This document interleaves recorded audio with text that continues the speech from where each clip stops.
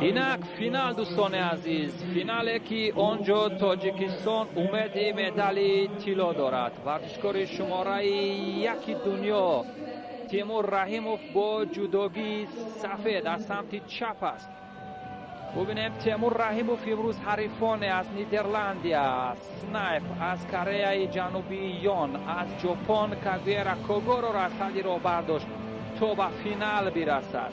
فینالی که دویمین بار هست تیمور رحیموف به آنجا می رود و این هم مخلصان و هواداران که به تشویق آمدند. این هم بلچ کاستانی از مجارستان، از کشور میزبان هست که رقابت نهایی را داوری خواهد کرد. تیمور رحیموف ورزشکار شماره یک جهان با جودوگی سفید است.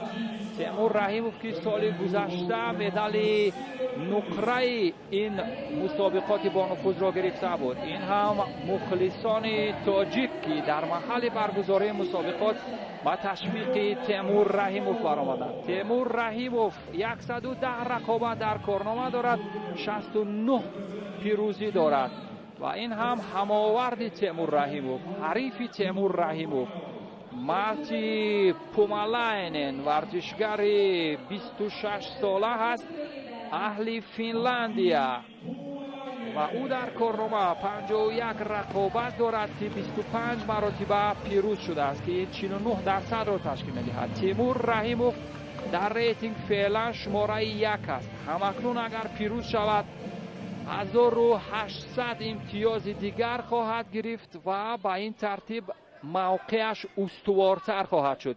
تیمور رحیموف 3 مرتبه در برابر همین حریفش دست بالا شده است. شناخت بسیار خوب دارد از این حریفش و ببینیم آیا تجربه گذشته این بار هم درس برایش خواهد شد و آیا توانمندی آن را دارد که از همان روش‌های قبلی در برابر پومالاینن استفاده کند. سمت چپ تیمور رحیموف بسیار خطرناک خواهد بود، بسیار موفقیت آمیز برای تیمور رحیموف خواهد بود، چون اصول های مورد نظر رو به همین سمت بسیار خوبتر اجرا میکند و پایزنی های بسیار خوب هم به همین سمت دارد و با این ترتیب اصول چنگ زدن به داخل پای حریف هم بسیار ماهرانه خواهد بود.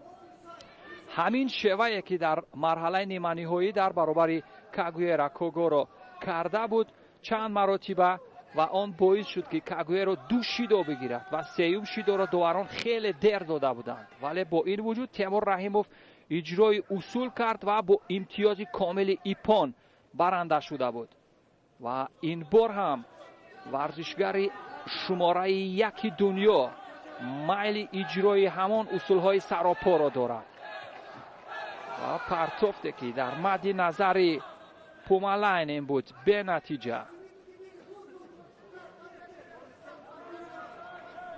تیمور رحیموف از زمره موفق ترین ورزشگران در تاریخ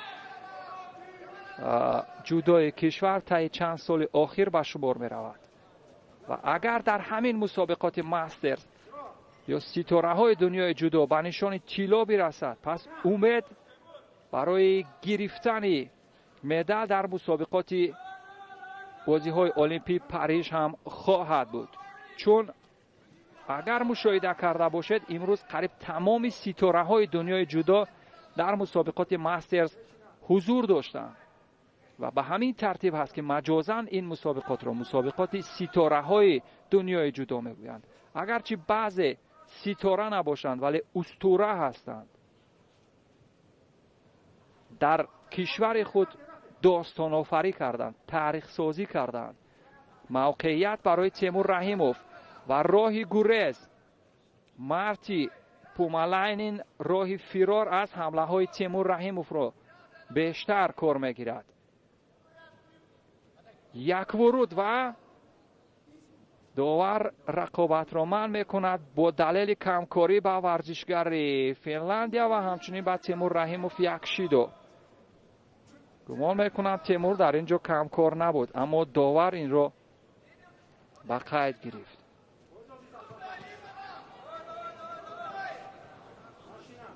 ولی از این که ورزشگری فنلاندیا در طول روز چهره های شاخصی را از صدر راه برداشت. از این رو اون نیز یک ورزشگر ماهر خواهد بود.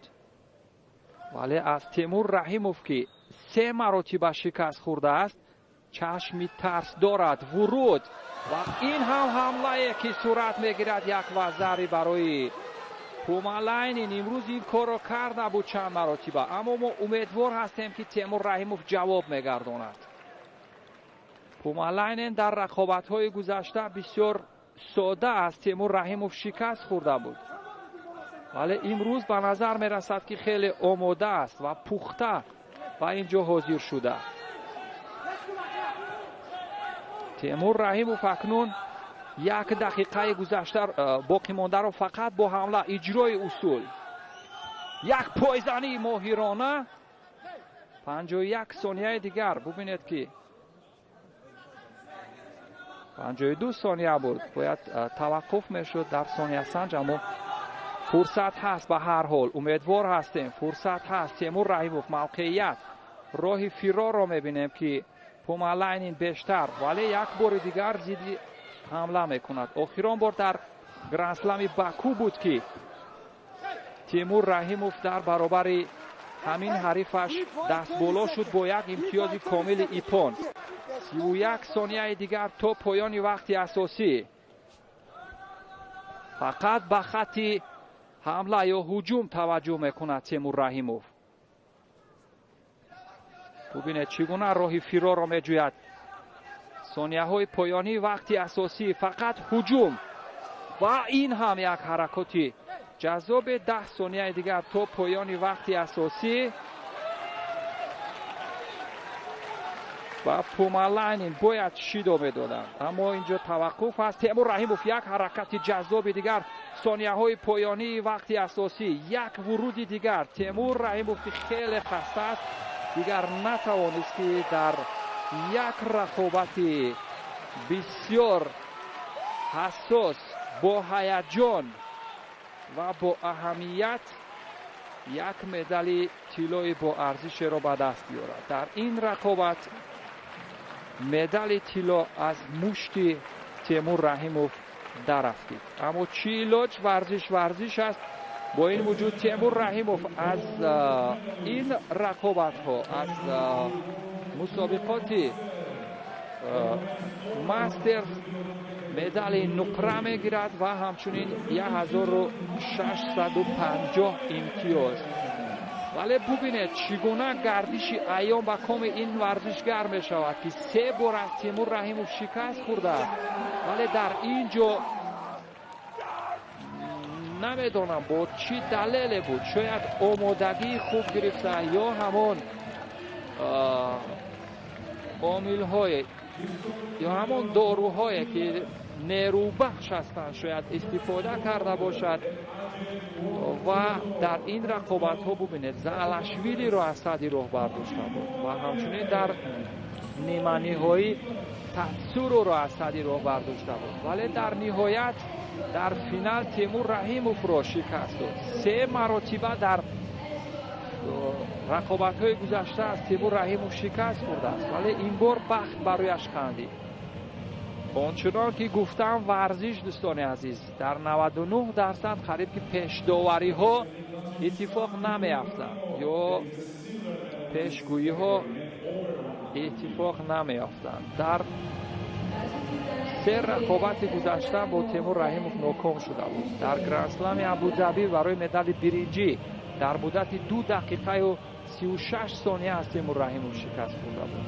در گرند اسلم باکو هم با امتیازی وزر ایپون شکست خورده بود، ولی امروز ببینید که چگونه هنرنمایی کرد. در گرند اسلم تاشکند هم در رقابت‌های تسلی بخش از تیمور رحیموف در مدت 1 دقیقه و 7 ثانیه شکست خورده بود، ولی این بار بخت برایش خندید به تعبیر و این گونه اصولی اجرا کردش.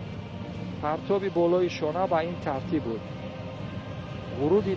ورود به قسمت شانه و همچنین از دست بسیار محکم قپیده بود. یک بار دیگر از این زاویه ببینیم از دست که بسیار موفقیت آمیز قپیده بود و با این ترتیب این وزر اتفاق افتاد.